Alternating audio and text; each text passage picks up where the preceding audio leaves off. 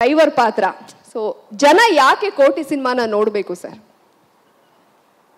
ಕೋಟಿ ನಮ್ಮ ದಿನ ಸಾವುಕಾರ ಡೈಲಾಗ್ ಕೇಳಿದ್ರಲ್ಲ, ಕೋಟಿ ಅಂತ ಹೊಸ ಹುಡುಗ ಸೌತಲ್ಲಿ ಮಾತ್ರ ಅಲ್ಲ, ಬೊಂಬಾಯಲ್ಲಿ ಹುಡುಕಿದ್ರೆ ಈ ಥರ ಗುರಿ ಮತ್ತು ಗುಂಡಿಗೆ ಇರೋನು ಸಿಗಲ್ಲ ಅಂತ. ಅದಕ್ಕೆ ಕೋಟಿ ಸಿನಿಮಾನ ನೋಡಬೇಕು. ಹೊಸ ಪಾತ್ರ, ಹೊಸ ಕತೆ. ನಾವು ಯಾವಾಗಲೂ ಸಿನಿಮಾಗಳಲ್ಲಿ ಕಾಂಟೆಂಟ್ ಹುಡುಕ್ತಾನೆ ಇರ್ತೀವಿ, ಕತೆ ಬೇಕು ಕತೆ ಬೇಕು ಕತೆ ಬೇಕು ಅಂತ. ನಾನು ಒಬ್ಬ ನಟನಾಗಿ ನಿರ್ಮಾಪಕನಾಗಿನೂ ಯಾವಾಗಲೂ ಕತೆ ಬೇಕು ಅಂತ ಹುಡುಕ್ತಾನೆ ಇರ್ತೀನಿ. ಅದರಲ್ಲಿ ಕೆಲವೊಂದು ಕತೆಗಳು ತುಂಬ ಕಾಡ್ತವೆ ನನಗೆ. ಆ ಥರ ಇಷ್ಟ ಆಗಿದ್ದ ಕತೆಗಳ ಬಗ್ಗೆ ನನ್ನ ಫ್ರೆಂಡ್ಸ್ ಜೊತೆ ಎಲ್ಲರ ಜೊತೆ ನಾನು ಮಾತಾಡ್ತಾ ಇರ್ತೀನಿ. ಅದೇ ಥರ ಕೋಟಿ ಕತೆ ಕೇಳಿದಾಗ್ಲೂ, ಆಗಲೇ ಕಾರ್ತಿಕ್ ಅವ್ರು ಹೇಳ್ದಂಗೆ, ಕಾರ್ತಿಕ್ ಯೋಗಿ ಸಿಕ್ಕಿದಾಗೆಲ್ಲ ಅದು ಚೆನ್ನಾಗಿದೆ, ಪರಂ ಸಖತ್ತಾಗಿ ಬರೆದಿದ್ದಾರೆ, ನಾನು ಮಾಡಬೇಕು ಅಂತ.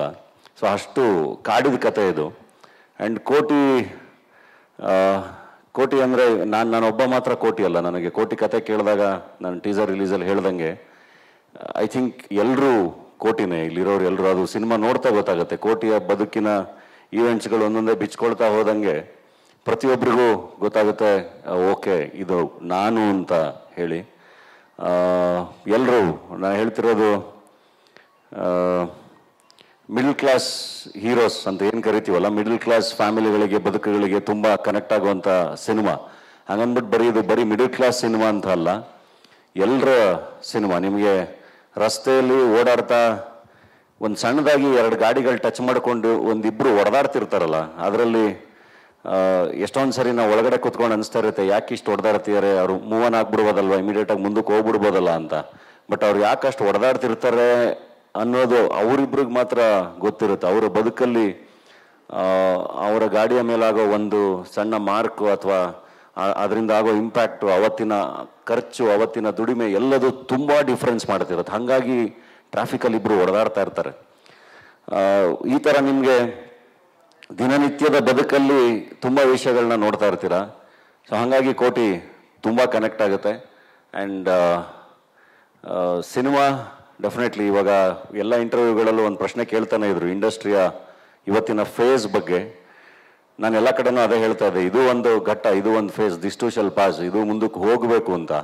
ಅದು ಕೋಟಿ ಮೂಲಕ ಆಗಲಿ ಅಂತ ಹೇಳಿ ನಾನು ಪ್ರಾರ್ಥಿಸ್ತೀನಿ. ಏಕೆಂದರೆ ಒಂದು ಒಳ್ಳೆ ಸಿನಿಮಾ ಆ್ಯಂಡ್ ಟೀಮ್ ಆಗಿ ನಾವು ಖಂಡಿತ ಪ್ರಾಮಿಸ್ ಮಾಡ್ತೀವಿ, ನಿಮಗೆ ತುಂಬ ಒಳ್ಳೆಯ ಕಂಟೆಂಟ್ ಜೊತೆ ಬರ್ತಾ ಇದ್ದೀವಿ. ಥಿಯೇಟ್ರಿಗೆ ಬನ್ನಿ.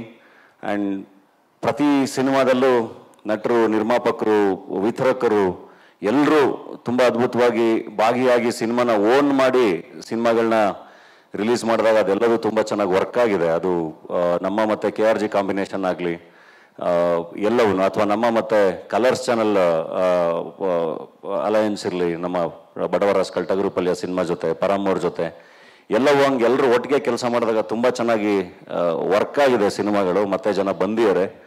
ಸೊ ಕೋಟಿಲೂ ಅದು ಆಗುತ್ತೆ ಅಂತ ಹೇಳಿ ನಂಬ್ತೀನಿ. ಆ್ಯಂಡ್ ನಮ್ಮ ಪ್ರದರ್ಶಕರು, ಥಿಯೇಟರ್ಸ್ವರೆಗೂ ಕೂಡ ಸಿನಿಮಾನ ಓನ್ ಮಾಡ್ಕೊಳ್ಳಿ, ನಿಮ್ಮ ಊರುಗಳಲ್ಲಿ ಸಿನಿಮಾನ ಚೆನ್ನಾಗಿ ಪ್ರಮೋಟ್ ಮಾಡಿ, ಜನಗಳಿಗೆ ಸಿನಿಮಾನ ತಲುಪಿಸಿ ಅಂತ ಹೇಳಿ ರಿಕ್ವೆಸ್ಟ್ ಮಾಡ್ತೀನಿ. ಆ್ಯಂಡ್ ಕನ್ನಡ ಜನತೆಗೆ ದಯವಿಟ್ಟು ಬನ್ನಿ, ಖಂಡಿತ ಮತ್ತೊಂದು ಒಳ್ಳೆಯ ಫ್ಯಾಮಿಲಿ ಎಂಟರ್ಟೈನರ್ನ ಪ್ರಾಮಿಸ್ ಮಾಡ್ತೀವಿ, ನಿಮ್ಗೊಂದು ಒಳ್ಳೆ ಅನುಭವನ ಥಿಯೇಟ್ರಲ್ಲಿ ಕೊಡ್ತೀವಿ.